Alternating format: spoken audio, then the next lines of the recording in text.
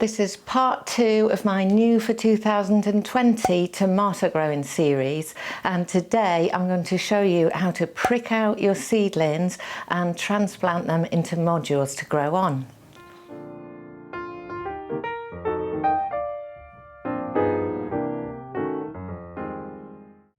Welcome back to Growing Frugal, and on this channel we're all about learning how to live a simpler, happier, lower cost life by growing food, by cooking what you grow, and also learning how to store your food so you have provisions all the way through winter too, and hopefully save a bit of money on the food bill as well. And in today's video I'm going to show you how the seeds are doing that we sowed last time.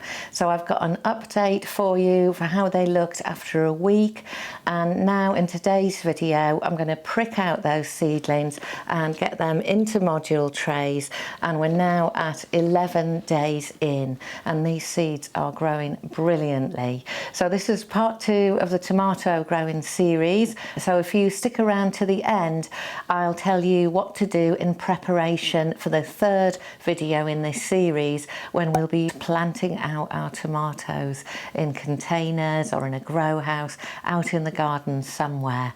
And when you subscribe, make sure to press that bell button so you get an alert when my next video is up, so you can see the whole series and grow along with me, and we'll share our success and hopefully not too many failures as we get growing this season.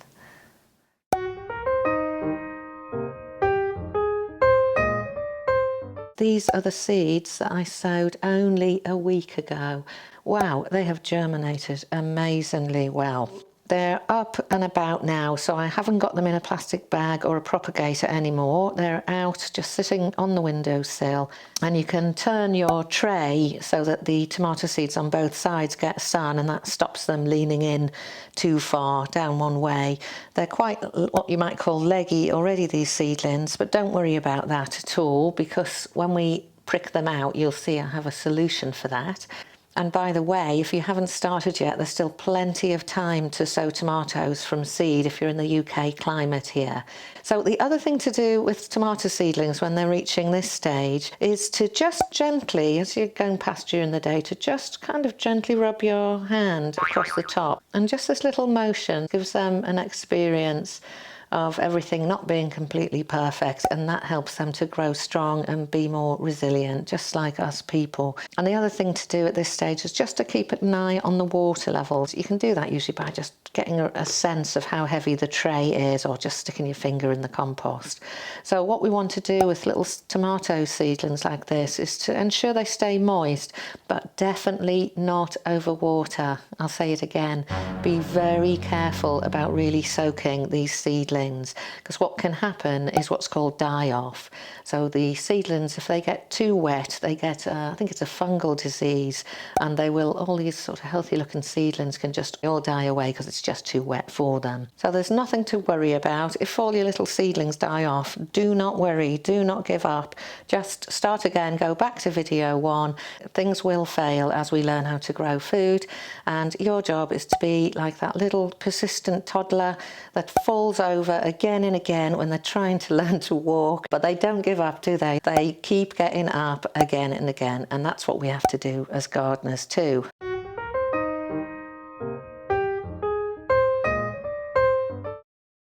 Okay, so here's our seedlings that we planted on the 14th of February, and it's now the 25th of February, so we're 11 days later, and these have absolutely shot up. They're really healthy seedlings, lots of germination. I think they've probably all germinated looking at them. So now today we're going to plant them on. So here's what you're going to need. You'll need your seedlings, and you're going to need some compost. So I've got some nice multi-purpose peat-free compost here, and then I'm going to be adding some vermiculite to it. So for pricking out and getting into modules, I'm just going to add a couple of handfuls of vermiculite, and you can use the 50% mix that we used last time. This compost is quite light, so will drain quite well, so I'm just going to add a couple of handfuls. You don't have to use a vermiculite at this stage, but I do like to. My plants are often on their own because I'm often away, and so I like to know that they're draining well. And then we're going to be pricking them out into modules, and I use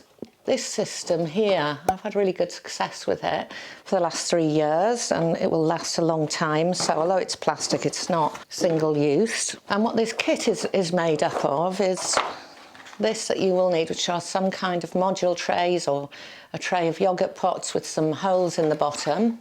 Make sure you've got good holes for drainage. And then this particular system also has a tray that comes with it. And I can fill water in the tray up to this line here at the bottom, place this plastic system here on top, and then some capillary matting on top of that, and then the modules sit on top of that. And the capillary matting goes down into the water on one side and draws the water up, so that the tomato seedlings are always sitting there and getting quite a long supply of water. This is really helpful if you're like me and you're busy, or you're out a lot or away a lot, and maybe your family, as mine are not that great at remembering to water your plants. So if you need a little bit of extra help, these systems can be really good. But if not, just use whatever pots you've got, whatever yogurt pots or whatever modules you've got. But basically we just need something to get our seedlings into, with a good supply of compost to get them through the next few weeks before we think about planting out. And just to mention, the added bit about this system is that this spiky bit at the bottom then fits into the holes at the bottom of the module trays and helps to push out the modules once they're ready to plant out. It's not perfect, but it does make it a bit easier because these modules are very solid plastic, so you can't squeeze them out. So I use a palette knife and these to help get them out, no problem at all. So the first thing we're going to do then is to fill our module trays.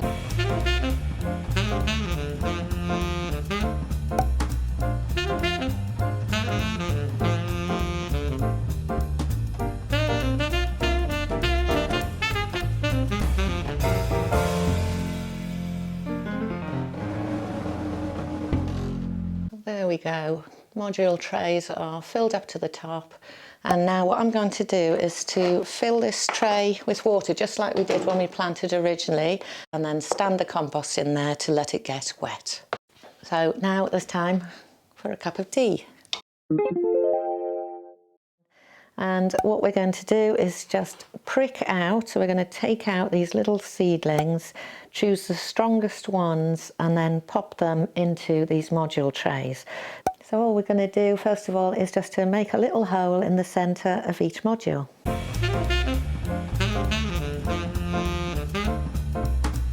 So let's get them pricked out. And what's really important when you're pricking out is to always hold on to the leaves rather than the stalks themselves. So the actual stalks are quite delicate, but if you hold on to the leaves, it's absolutely fine. So I'm just using the pencil to kind of dig out the root, and then hopefully you can see that there's plenty of roots on that little seedling. This first one that I'm doing is the Chadwick cherry, and I grew this last year in the greenhouse, and it was a lovely tomato. And just as you're digging them out, if you just allow as much soil as possible to stay on the roots, that'll help them settle in to their new home. So I'm holding this seedling by its leaf. We've got some nice roots underneath there, and I'm just going to pop it in to the hole now. In it goes.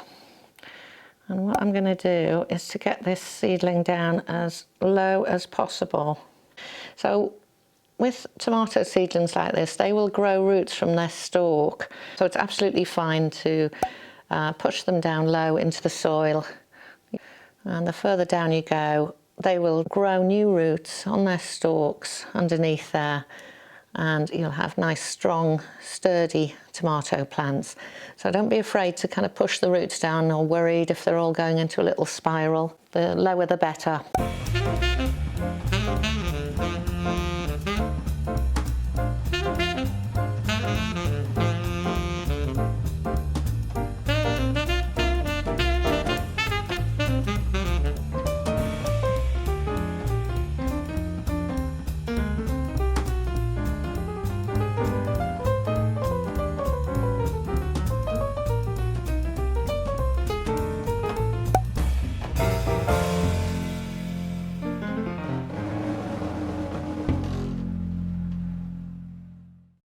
final label. That's our Aurora tomato, 11 days old. So there it is, isn't that a beautiful sight? So that's all pricking out is, it's not mysterious, you're absolutely fine holding these leaves here. Don't worry if one comes off, it's no problem, just use the other one. But be careful about the shoots themselves, the stalks are more delicate than the leaves. And then that's it, you've pricked them out and they've got a lot of nourishment in these little modules now to grow on and get quite sturdy before we look at planting them out next time.